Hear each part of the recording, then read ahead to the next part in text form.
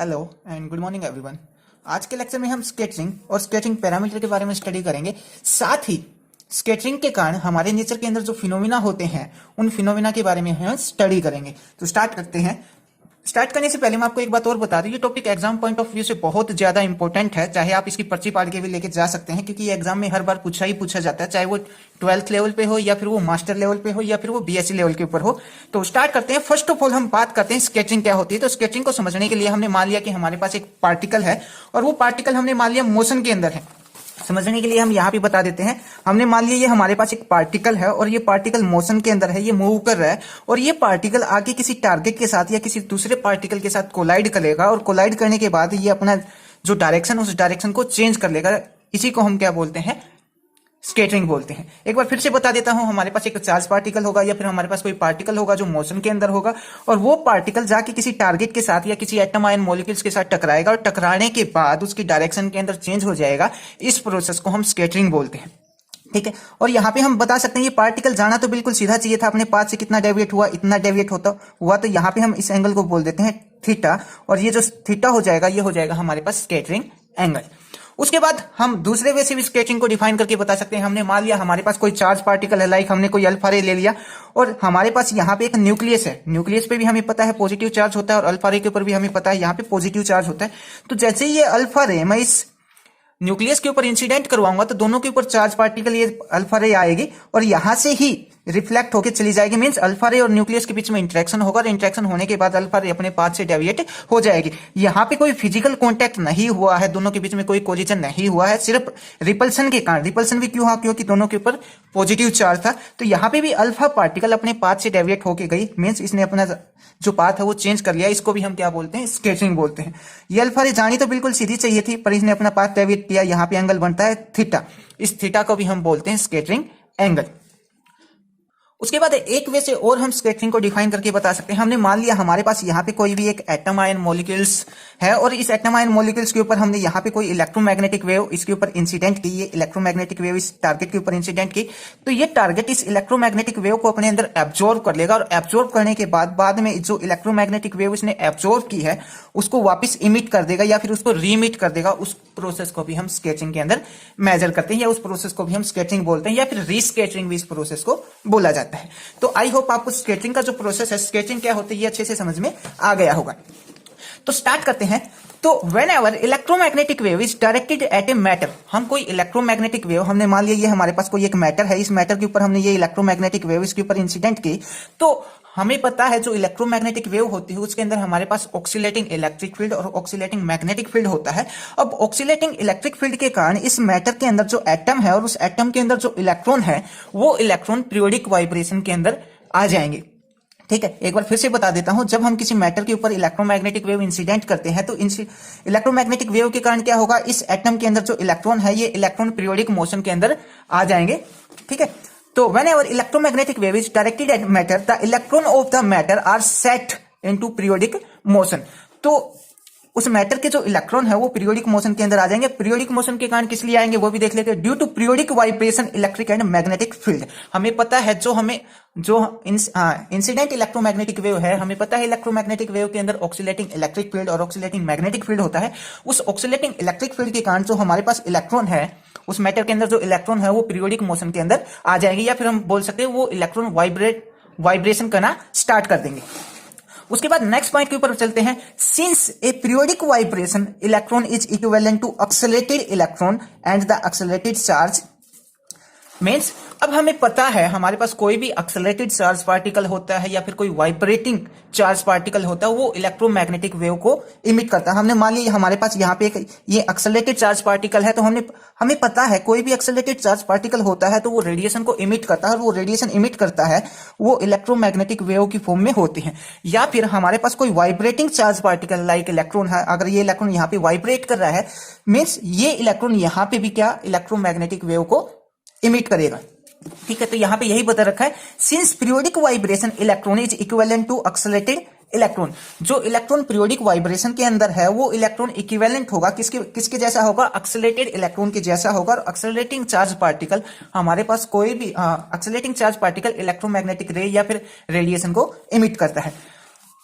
तो यहाँ पे यही बता रखा है, accelerating charge particle always radiate out energy, therefore the electron in turn emit electromagnetic wave. तो हमने यही बता रखा, जब वो चार्ज पार्टिकल या वो इलेक्ट्रॉन स्पेस के अंदर मूव करेगा या वो वाइब्रेट करेगा तो वहां पे वो इलेक्ट्रोमैग्नेटिक वेव को इमिट करेगा, तो emit electromagnetic wave into space. ठीक है, उसके बाद जो नेक्स्ट पॉइंट है, the phenomena is known as scattering. इस फिनोमिना को हम स्कैटरिंग बोलते हैं या फिर इस प्रोसेस को हम री इमिटिंग भी बोलते हैं। This phenomena is known as scattering and the re emitted electromagnetic wave is known as scattered radiation. और जो इलेक्ट्रॉन, ये हमारे पास इलेक्ट्रॉन था, ये एक्सेलरेटेड इलेक्ट्रॉन जब इलेक्ट्रोमैग्नेटिक वेव को इमिट करता है उसको बोलते हैं हम स्कैटर्ड रेडिएशन। उसके बाद हम नेक्स्ट पॉइंट की बात करते हैं। नेक्स्ट पॉइंट को हम एक बार डायग्राम से समझ लेते हैं कैसे क्या होगा। तो हमने मान लिया कि हमारे पास ये कोई एक टारगेट है, ठीक है, और इस टारगेट के ऊपर हमने इलेक्ट्रोमैग्नेटिक वेव यहाँ पे इंसिडेंट की, ये हमारे पास इलेक्ट्रोमैग्नेटिक वेव है। ठीक है, तो यहाँ पे हम अब इलास्टिक स्कैटरिंग और इनइलास्टिक स्कैटरिंग के बारे में पढ़ेंगे। तो हमने मान लिया जो ये टारगेट है वो हमारे पास बहुत ज्यादा वीक है। ठीक है, तो जैसे इंसिडेंट इलेक्ट्रोमैग्नेटिक वेव थी, स्कैटर्ड वेव भी हमारे पास बिल्कुल वैसी ही होगी, क्योंकि जो टारगेट पोटेंशियल है वो हमारे पास बहुत ज्यादा वीक है। और टारगेट पोटेंशियल वीक होने के कारण हमारे पास हमें यहाँ पे स्कैटर्ड वेव ना के बराबर मिलेगी, और जो थोड़ा बहुत मिलेगी उसको हम नेग्लेक्ट कर देंगे।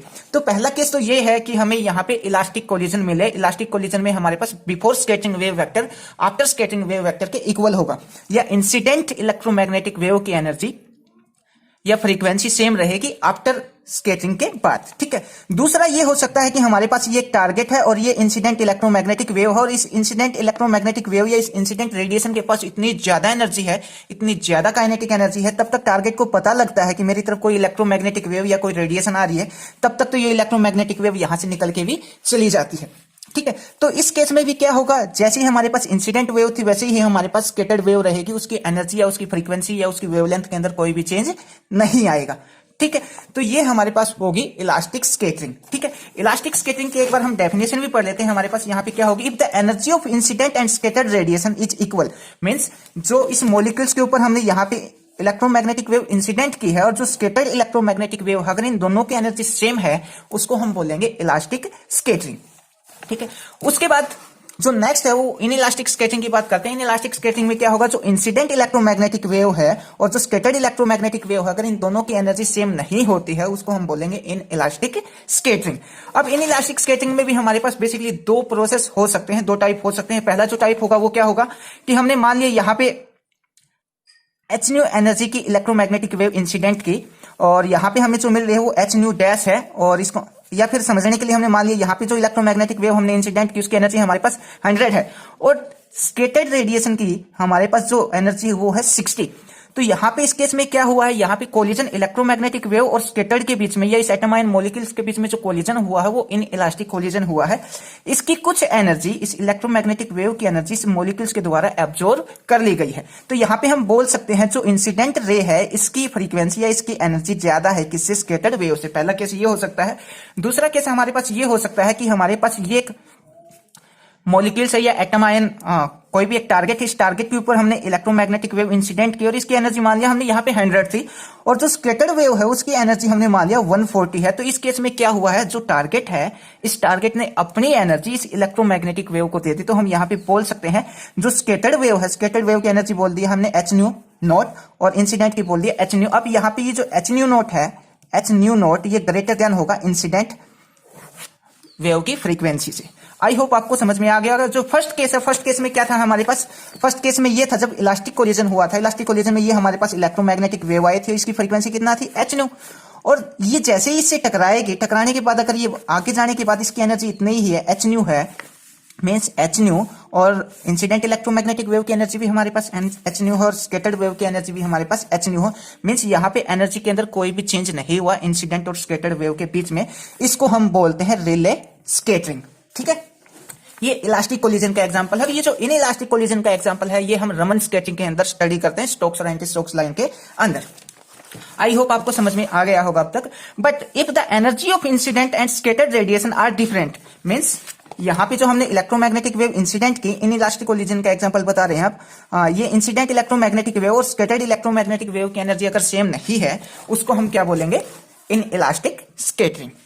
ठीक है। उसके बाद नेक्स्ट पॉइंट के अंदर चलते हैं, द स्केचिंग प्रोसेस। जो हमारे पास स्केचिंग प्रोसेस होती है अब उसको डिस्क्राइब कैसे किया जाता है। अब ये जो स्केचिंग प्रोसेस होती है, जो डिफरेंशियल स्केचिंग क्रॉस सेक्शन होता है या तो टोटल स्केचिंग क्रॉस सेक्शन होता है, ये हम अगले लेक्चर के अंदर पढ़ेंगे। पर जो स्केचिंग प्रोसेस होती है उसको हम डिस्क्राइब करते हैं स्केचिंग क्रॉस सेक्शन के अंदर, ये हम अगले लेक्चर के अंदर पढ़ेंगे। उसके बाद जो स्केचिंग के कारण हमारे नेचर के अंदर जो ब्यूटीफुल फिनोमिना होते हैं वो कौन कौन से फिनोमिना होते हैं, like blue colour of clouds होता है या स्काई होता है, sorry blue colour of sky होता है, या फिर जो हमारे पास कुछ क्लाउड्स हैं जो बहुत कम हाइट के ऊपर होते हैं उनका व्हाइट कलर भी हमें दिखाई देता है, या फिर जब सनराइज और सनसेट होता है तो हमें रेडिश दिखाई देता है, लाल दिखाई देता है। ये सब फिनोमिना किसके कारण होते हैं, स्कैटरिंग ऑफ लाइट के कारण होते हैं। तो नेक्स्ट पॉइंट में हमने यही बता रखा, most of beautiful phenomena like blue colour of sky and white colour of cloud and red huge of sunrise and sunset. जब सनराइज और सनसेट होता है तो हमें रेडिश दिखाई देता है, जो आसमान है वो हमें ब्लू दिखाई देता है, ठीक है, जो क्लाउड है, जो बादल है वो हमें सफेद दिखाई देते हैं। वो सब किसके कारण, स्कैटरिंग ऑफ लाइट के कारण दिखाई देते हैं। अब ये सब प्रोसेस होता कैसे है, एयर के अंदर हमारे पास स्कैटरिंग कैसे होती है। तो जो एयर के अंदर जो स्कैटरिंग होती है, ये हमारे पास एक ब्रिटिश साइंटिस्ट थी लॉर्ड रिले, उन्होंने पहले बार बताया था कि जो एयर के मॉलिक्यूल्स हैं, एयर के मॉलिक्यूल्स से भी स्कैटरिंग होती है, ठीक है। As the sunlight travel through the earth atmosphere it gets scattered by the large number of molecules. Means जब सनलाइट हमारे अर्थ के एटमॉस्फेयर में ट्रेवल करती है तो हमारे अर्थ के एटमॉस्फेयर में बहुत सारे एटम आयन मॉलिक्यूल्स होते हैं, लाइक कुछ वाटर के ड्रॉप्स होंगे या फिर कुछ एयर के मॉलिक्यूल्स होंगे या एयर के पार्टिकल्स होंगे या फिर कुछ धूल मिट्टी के कण होंगे। तो इलेक्ट्रोमैग्नेटिक वेव उन एटम आयन मॉलिक्यूल्स या उन पार्टिकल से टकराएगी और टकराने के बाद वहां से स्कैटरिंग प्रोसेस वहां पे स्कैटरिंग प्रोसेस होगी। तो यहाँ पे यही पता रखा है, as the sunlight travel through earth atmosphere, जब सनलाइट अर्थ के एटमॉस्फेयर में ट्रेवल करती है तो इट गेट स्कैटर्ड, वो सनलाइट स्कैटर्ड हो जाती है किसके द्वारा, जो एयर के जो हमारे एटमॉस्फेयर में large number of atom ion molecules हैं या एयर के पार्टिकल्स हैं या फिर धूल मिट्टी के जो कण हैं, उनसे वो इलेक्ट्रोमैग्नेटिक रे टकराएगी या लाइट टकराएगी और टकराने के बाद स्कैटर्ड हो जाएगी। उसके बाद next point, scattering represent basic change in the direction of light. Scattering को हम कैसे बोल सकते हैं, अगर स्कैटरिंग को हम सिंपल वर्ड्स में बोलना चाहें तो हम क्या बोल सकते हैं कि हमारे पास कोई भी एक मोशन में पार्टिकल है, वो पार्टिकल किसी भी चीज से कोलाइड करेगा, टकराएगा और टकराने के बाद वो अपनी डायरेक्शन चेंज कर लेगा, उसी को हम क्या बोलते हैं, स्कैटरिंग बोलते हैं, सिंपल वर्ड्स के अंदर। उसके बाद जो रिले स्कैटरिंग थी, रिले स्कैटरिंग क्या थी हमारे पास, एक सेकेंड मैं बता देता हूं आपको। रिले स्कैटरिंग थी हमारे पास, जो इंटेंसिटी ऑफ स्कैटर्ड लाइट है, इंटेंसिटी ऑफ स्कैटर्ड लाइट वो इनवर्सली प्रोपोर्शनल थी 1/λ की पावर 4 के लैम्डा यहाँ पे वेवलेंथ है और IS है यहाँ पे इंटेंसिटी ऑफ स्कैटर्ड लाइट, ठीक है। ये हमारे पास रिले स्कैटरिंग होती है। अब ये रिले स्कैटरिंग हमारे पास कब होगी, इसके लिए भी हमारे पास एक कंडीशन होती है। रिले स्कैटरिंग वैलिड होती है जब हमारे पास x बहुत ज्यादा स्मॉल होता है, किससे, इंसिडेंट लाइट की वेवलेंथ से। अब x क्या है, यहाँ पे x है हमारे पास जो एटम आयन मॉलिक्यूल्स है, जो ये इलेक्ट्रोमैग्नेटिक वेव हम जो डाल रहे हैं और जिस पार्टिकल से ये इलेक्ट्रोमैग्नेटिक वेव टकरा रही है, अगर उस पार्टिकल का साइज हमने यहाँ पे क्या बोला, x, और इंसिडेंट इलेक्ट्रोमैग्नेटिक वेव की जो वेवलेंथ है वो हमने यहाँ पे लैम्डा से डिनोट की है। अगर इस पार्टिकल का साइज बहुत या फिर स्कैटर्ड का साइज बहुत ज्यादा स्मॉल है, किससे, इस इंसिडेंट इलेक्ट्रोमैग्नेटिक वेव की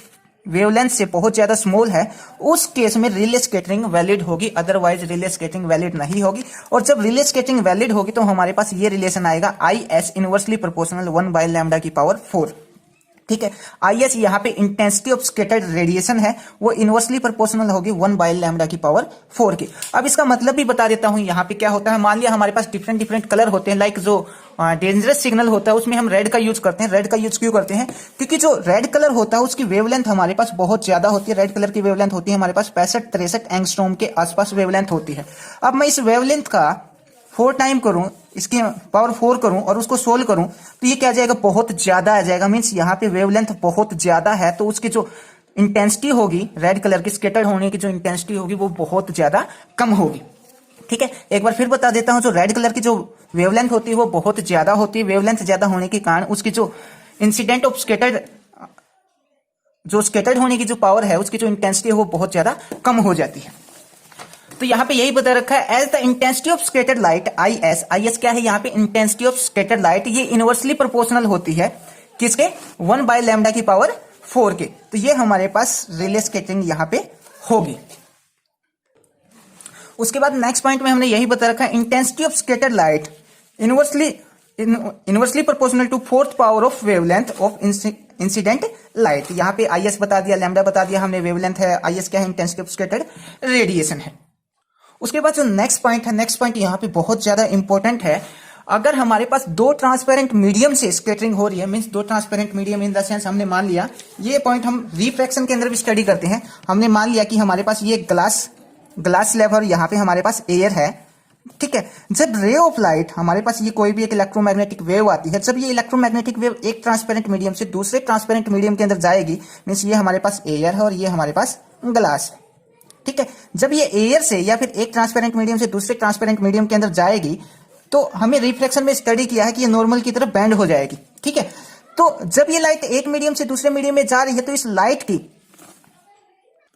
तो उसकी फ्रीक्वेंसी और फेज के अंदर चेंज नहीं होगा। मींस जब लाइट यहां से एक ट्रांसपेरेंट मीडियम से दूसरे ट्रांसपेरेंट मीडियम में जाएगी, तो उस लाइट की फ्रीक्वेंसी और फेज के अंदर कोई भी चेंज नहीं होगा, और जो वेलोसिटी है और जो वेवलेंथ है उसके अंदर चेंज होगा। तो यहाँ पे यही बता रखा, जब रे ऑफ लाइट एक मीडियम से दूसरे मीडियम में जाएगी, ट्रांसपेरेंट मीडियम में, तो उस लाइट की फ्रीक्वेंसी के अंदर चेंज नहीं होगा, उसकी वेवलेंथ के अंदर चेंज आ जाएगा, और साथ ही उसकी वेलोसिटी के अंदर भी चेंज आएगा। तो यहाँ पे यही बता रखा है, in case of scattering of light by transparent media, means अगर हमारे पास दो कोई ट्रांसपेरेंट मीडियम हो, ट्रांसपेरेंट मीडियम में अगर हमारे पास स्कैटरिंग हो रही है, तो जो लाइट की फ्रीक्वेंसी है उसके अंदर कोई चेंज नहीं होगा, उसकी वेवलेंथ के अंदर चेंज आ जाएगा, ठीक है। उसके बाद नेक्स्ट पॉइंट की हम बात करते हैं। ये पॉइंट हम ऑलरेडी एक्सप्लेन करके बता चुके हैं। इसमें क्या बता रखा है, अगर हमारे पास स्कैटर्ड का साइज मतलब जिससे इलेक्ट्रोमैग्नेटिक वेव किसी पार्टिकल से आके अगर टकरा रही है, उस पार्टिकल का साइज मान लिया हमने x। अगर इस पार्टिकल का साइज बहुत ज्यादा स्मॉल है इस इंसिडेंट इलेक्ट्रोमैग्नेटिक वेव की वेवलेंथ से, तभी रिले स्कैटरिंग यहां पे वैलिड होगी, अदरवाइज रिले स्कैटरिंग यहां पे वैलिड नहीं होगी। तो यही बता रखा है। Another important factor in scattering is relative size of the wavelength of light, ठीक है। जो इंसिडेंट लाइट का जो वेवलेंथ है और उस जो स्कैटर्ड का जो साइज है, इन दोनों के बीच में एक रिलेशन होता है। अगर वो स्कैटर्ड या फिर जो टारगेट है, अगर उसका साइज इंसिडेंट इलेक्ट्रोमैग्नेटिक वेव की फ्रीक्वेंसी से बहुत बहुत ज्यादा कम है, उसी केस में रिले स्कैटरिंग वैलिड होगी, अदरवाइज रिले स्कैटरिंग वैलिड नहीं होगी। और जब रिले स्कैटरिंग वैलिड होगी हमारे पास, तो हम ये बोल सकते हैं आई एस इनवर्सली प्रोपोर्शनल है 1/λ⁴ के, ठीक है। तो यहां पे हमने आई एस बता दिया था, इंटेंसिटी ऑफ स्कैटर्ड रेडिएशन है, लैम्डा क्या है, यहाँ पे वेवलेंथ है, ठीक है। उसके बाद नेक्स्ट पॉइंट, अगर एक्स ग्रेटर देन है, बहुत बड़ा है, किससे, इंसिडेंट इलेक्ट्रोमैग्नेटिक वेव की वेवलेंथ से, उस केस में रिले स्कैटरिंग वैलिड नहीं होगी, ठीक है। तो ये था हमारे पास रिले स्कैटरिंग का। रिले स्कैटरिंग में हम ये बता सकते हैं, अगर हम सिंपल वर्ड्स में बोलना चाहें कि ये हमने मान लिया कि हमारे पास कोई भी एक एटम आयन मॉलिक्यूल से इसके ऊपर ये इलेक्ट्रोमैग्नेटिक वेव आएगी, और जैसे ही इलेक्ट्रोमैग्नेटिक वेव आके इसे टकराएगी, तो इस टारगेट और इंसिडेंट इलेक्ट्रोमैग्नेटिक वेव के बीच में जो कोलिजन होगा, वो कोलिजन होगा इलास्टिक कोलिजन, ठीक है। Means before scattering wave vector और after scattering wave vector equal रहेगा। अगर सिंपल वर्ड्स में बोलना चाहूं मैं, तो ये बोल सकता हूं, इंसिडेंट रे की एनर्जी और स्कैटर्ड रे की एनर्जी सेम रहेगी। ये होता है हमारे पास रिले स्कैटरिंग के अंदर। उसके बाद इसकी कुछ एप्लीकेशन देखते हैं। एप्लीकेशन क्या क्या होती है हमारे पास, some application of scattering of light. अब इसके एप्लीकेशन क्या क्या है, जैसे ब्लू कलर ऑफ स्काई है, ये भी किसके कारण दिखाई देता है, हमें रिले स्कैटरिंग के कारण दिखाई देता है। अगर आपको एग्जाम में ये सब याद ना रहे, ब्लू कलर ऑफ स्काई किसके कारण होता है, तो आप सिर्फ और सिर्फ एक बात लिख के आ जाना, आई एस इनवर्सली प्रोपोर्शनल 1/λ⁴ के, ठीक है। इसमें आपको ये पता होना चाहिए आई एस क्या होता है और लैम्डा क्या होता है, ठीक है। अगर आपको 4 नंबर का क्वेश्चन है, तो वहां पे 2 नंबर के आसपास बहुत आराम से मिल जाएंगे, क्योंकि इसका रीजन ही ये होता है, इसी रीजन के कारण ये हमें दिखाई देता है। तो ब्लू कलर ऑफ स्काई हमें किस कारण से दिखाई देता है, it is due to scattering of light. Light की स्कैटरिंग के कारण हमें दिखाई देता है। लाइट इज फॉर्म ऑफ एक सेकेंड, ये यहाँ पे थोड़ा, जब सनलाइट हमारे मीडियम के अंदर, अर्थ के एटमॉस्फेयर के अंदर ट्रेवल करती है, तो हमारे अर्थ के एटमॉस्फेयर के अंदर बहुत सारे एटम आयन मॉलिक्यूल्स होते हैं, और सनलाइट उनसे टकराती है, और टकराने के बाद स्कैटर्ड हो जाती है। और जो स्कैटर्ड पार्टिकल है, या फिर जो स्कैटर्ड है, या जो अर्थ के एटमॉस्फेयर के अंदर जो पार्टिकल है, उन पार्टिकल का साइज बहुत ज्यादा छोटा होता है, बहुत स्मॉल होता है। और वहां पे स्मॉल होने के कारण यहाँ पे जब इसका साइज स्मॉल होगा, इंसिडेंट इलेक्ट्रोमैग्नेटिक वेव की वेवलेंथ से जब स्मॉल होगा, तो हमारे पास रिले स्कैटरिंग एप्लीकेबल या फिर वैलिड हो जाएगी। जब सनलाइट ट्रेवल करती है, while travelling through earth atmosphere gets scattered by large number of molecules in the earth atmosphere. फिर से बता देता हूं, हमारे पास जब कोई सनलाइट है, ये हमारे पास सनलाइट है, जैसे ही अर्थ के एटमॉस्फेयर में एंटर करती है तो अर्थ के एटमॉस्फेयर में बहुत सारे एटम आयन मॉलिक्यूल्स होते हैं, आके इन एटम आयन मॉलिक्यूल से टकराएगी। अगर इस जिस पार्टिकल से आके ये टकराई है, अगर उस पार्टिकल का साइज बहुत ज्यादा स्मॉल है, किससे, इस इंसिडेंट इलेक्ट्रोमैग्नेटिक वेव की वेवलेंथ से बहुत ज्यादा स्मॉल है, तो यहाँ पे जो रिले स्केटिंग है वो वैलिड हो जाएगी। और फिर हम यहाँ पे लिख सकते हैं जो आई एस है वो इनवर्सली प्रोपोर्शनल है 1/λ⁴ के। इतना आपको लिख के आना है ब्लू कलर ऑफ स्काई के अंदर, ठीक है। तो नेक्स्ट पॉइंट में यही बता रखा है, एक्स है जो स्केटर्ड का साइज है वो बहुत ज्यादा स्मॉल है इंसिडेंट इलेक्ट्रोमैग्नेटिक वेव की वेवलेंथ से, ठीक है। तो Rayleigh scattering is valid, the intensity of scattered light varies inversely proportional to 4th power of light, ये यहाँ पे बताना है। और उसके बाद हम ये बता सकते हैं जो ब्लू कलर होता है, ब्लू कलर की जो वेवलेंथ होती है वो रेड कलर की वेवलेंथ की कंपेयर में बहुत कम होती है। रेड कलर की वेवलेंथ हमारे पास होती है 65-63 एंगस्ट्रॉम के पास, और जो ब्लू कलर की वेवलेंथ होती है इससे बहुत ज्यादा कम होती है। तो नेक्स्ट पॉइंट में यही है, blue colour has shorter wavelength than red, therefore blue colour is scattered much stronger. और इसकी वेवलेंथ कम होने के कारण मीन्स अगर सिंपल वर्ड्स में बोलना चाहूं तो मैं ये बोल सकता हूं, जो ब्लू कलर होता है, ब्लू कलर की वेवलेंथ रेड के कंपेयर में बहुत ज्यादा कम होती है, और कम होने के कारण इसकी जो स्कैटर्ड होने की जो पावर है वो बहुत ज्यादा हाई हो जाती है। इसी कारण से जो आसमान है वो हमें नीला दिखाई देता है। उसके बाद नेक्स्ट पॉइंट की अगर हम बात करें तो जो व्हाइट कलर ऑफ क्लाउड है वो भी किसके कारण दिखाई देता है, हमें रिले स्केटिंग के कारण ही दिखाई देता है। तो यहाँ पे भी वही आएगा, जो हमारे पास जो व्हाइट क्लाउड होते हैं उनकी हाइट बहुत ज्यादा कम होती है, तो the clouds are much lower height. जो व्हाइट क्लाउड हमें, जो क्लाउड बहुत कम हाइट के ऊपर होते हैं वो हमें व्हाइट दिखाई देते हैं। They are seen due to scattering of light, ये भी हमें स्कैटरिंग ऑफ लाइट के कारण दिखाई देता है, क्योंकि जो क्लाउड्स बहुत ज्यादा नीचे होंगे तो एटमॉस्फेयर का जो लोअर पार्ट है उस लोअर पार्ट से यहाँ पे स्केटिंग होगी। लोअर पार्ट्स के अंदर हमारे पास बहुत सारे आइस पार्टिकल होते हैं, वाटर ड्रॉप्स होती हैं और एयर के मॉलिक्यूल्स होते हैं, उनके ऊपर आके सनलाइट गिरेगी और सनलाइट गिरेगी तो वहां पे स्केटिंग होगी, ठीक है। और जो वाटर पार्टिकल, वाटर ड्रॉप के जो पार्टिकल्स हैं या जो आइस पार्टिकल हैं, उनके स्केटर का साइज भी क्या होगा, बहुत ज्यादा स्मॉल होगा इंसिडेंट इलेक्ट्रोमैग्नेटिक वेव की वेवलेंथ के कंपेयर में। तो यहाँ पे भी जैसे ही ये कंडीशन आएगी तो रिले स्केटिंग वैलिड हो जाएगी। रिले स्केटिंग जैसे ही वैलिड होगी तो हम यहाँ पे लिख सकते हैं आई एस इनवर्सली प्रोपोर्शनल होगा 1/λ⁴ के, ठीक है।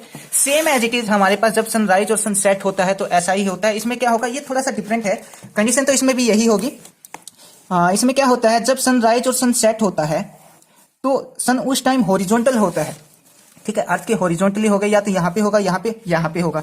तो जब हॉरिजॉन्टली सन होता है तो जो सन की लाइट होती है वो उसको अर्थ के एटमॉस्फेयर में बहुत ज्यादा ट्रेवल करना पड़ता है, और जितना ज्यादा वो अर्थ के एटमॉस्फेयर में ट्रेवल करेगी उतना ही ज्यादा वो पार्टिकल के साथ टकराएगी और उतना ही ज्यादा उसकी स्केटरिंग होगी, ठीक है। और जो रेड कलर होता है, रेड कलर की वेवलेंथ बहुत ज्यादा होती है। वेवलेंथ ज्यादा होने के कारण उसकी जो इंटेंसिटी है वो बहुत कम, इंटेंसिटी कम हो जाएगी, या उसकी जो फैलने की क्षमता है वो बहुत कम हो जाएगी। तो हम इसके अंदर यही लिखेंगे, जब सनराइज और सनसेट होता है तो उस टाइम सन हमारे पास हॉरिजॉन्टली होता है। जब सन हॉरिजॉन्टली होता है तो सनलाइट अर्थ के एटमॉस्फेयर में बहुत ज्यादा ट्रैवल करती है। जितना ज्यादा सनलाइट अर्थ के एटमॉस्फेयर में ट्रैवल करेगी उतना ही ज्यादा वो पार्टिकल से स्केटर्ड होगी, ठीक है। तो यहां पे यही लिखना है।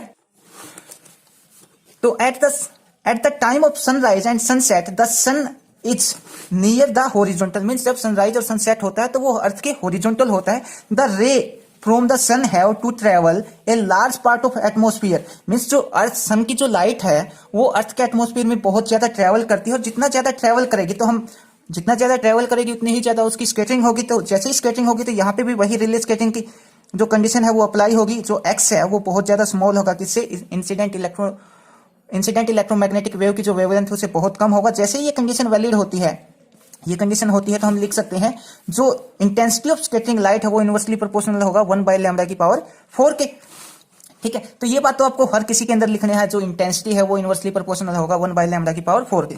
तो only red colour which is least scatter, जो रेड कलर है वो बहुत कम स्केटर्ड होगा। बहुत कम स्केटर्ड होने का रीजन क्या है, क्योंकि रेड कलर की वेवलेंथ बहुत ज्यादा होती है। जितनी ज्यादा वेवलेंथ होगी उसकी जो स्केटरिंग पावर है या फिर जो उसकी इंटेंसिटी है वो उसकी जो स्केटिंग पावर है वो क्या बहुत कम हो जाएगी। इसी कारण से जब सनराइज और सनसेट होता है तो हमें रेडिश दिखाई देता है, ठीक है। तो ये था हमारे पास स्केटिंग के बारे में। हमारे पास अब एक टॉपिक और रहता है यहाँ पे, स्केटिंग पैरामीटर। स्केटिंग पैरामीटर का जो टॉपिक है वो हम अगले लेक्चर के अंदर कवर करेंगे। इसी का एक पार्ट अलग से बना देंगे क्योंकि ऑलरेडी वीडियो काफी लंबी हो चुकी है। आई होप आपको ये लेक्चर समझ आया हो। अगर आपको लेक्चर समझ आया तो अपने दोस्तों में भी शेयर कर सकते हैं, साथ ही इस चैनल को भी सब्सक्राइब कर सकते हैं।